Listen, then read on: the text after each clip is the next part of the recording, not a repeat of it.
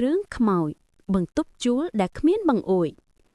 ពិសិដ្ឋជាបុរសវ័យក្មេងម្នាក់ដែលទើបផ្លាស់មកធ្វើការនៅរាជធានី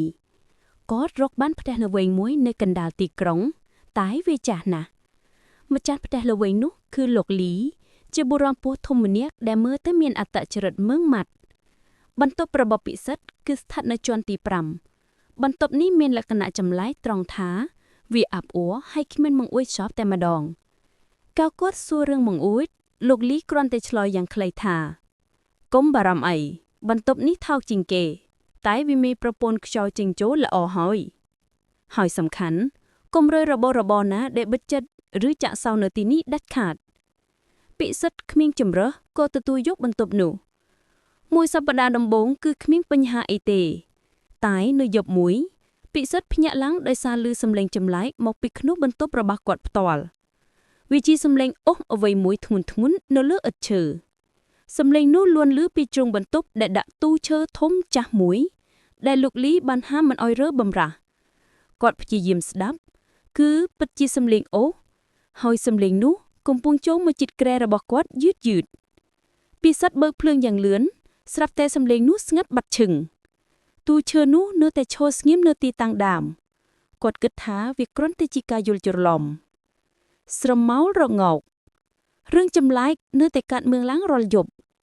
នៅពេលយប់ស្ងាត់ពិសិដ្ឋតែងតែមានអារម្មណ៍ថាមាននរណាម្នាក់កំពុងសម្លឹងមើលគាត់ទោះបីជាបន្ទប់នោះគ្មានបង្អួចក៏ដោយ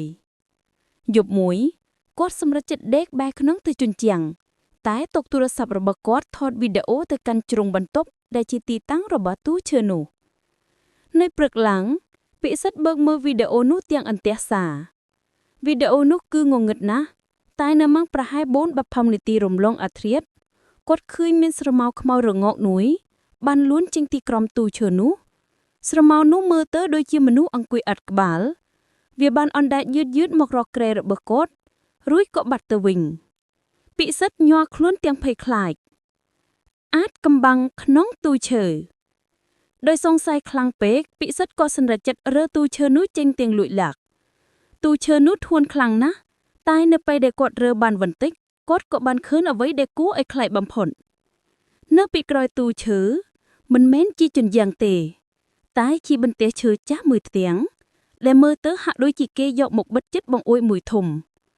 ហើយនៅចំកណ្ដាលបន្ទះឈើនោះគឺមានរន្ធតូចមួយដែលមើលទៅហាក់ដូចជាគេខួរដោយចេតនាពេលពិសិដ្ឋយកភ្នែកទៅអឹបនឹងរន្ធនោះ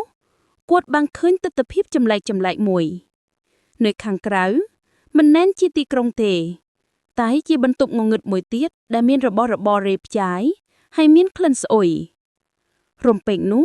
ភ្នែកមួយដែលក្រហមឆ្អៃមួយគឺស្រាប់តែលិចមកខាងទៀតនៃរន្ធនោះគឺនៅជិតភ្នែកល្វះគាត់តែម្ដងហើយក៏មានសំឡេងខ្សឹបដល់កងរំពឹងលាន់លឺចេញពីជញ្ជាំងថាឯងមិនគួរមើលទេឥឡូវឯងដឹងហើយពិសិដ្ឋដួលសន្លប់នៅទីកន្លែងពេលគាត់ភ្ញាក់ឡើងវិញគាត់បានឃើញលោកលីកំពុងឈរពីលើគាត់ហើយទូឈើនោះត្រូវបានរៀបចំដាក់ចូលកន្លែងបាត់ហើយពិសិដ្ឋបាត់ទៀងនៅយប់នោះគេនិយាយថាបន្ទប់លេខ5នោះមិនមែនមានតែមួយទេតែមានបន្ទប់កញ្ចក់មួយដែលគេបិទជិតពីក្រោយទូឈើហើយអ្វីដែលលេចខ្លួននៅក្នុងនោះគឺកំពុងរងចាំអ្នកជួលបន្ទាប់ដែលហ៊ានបំពានច្បាប់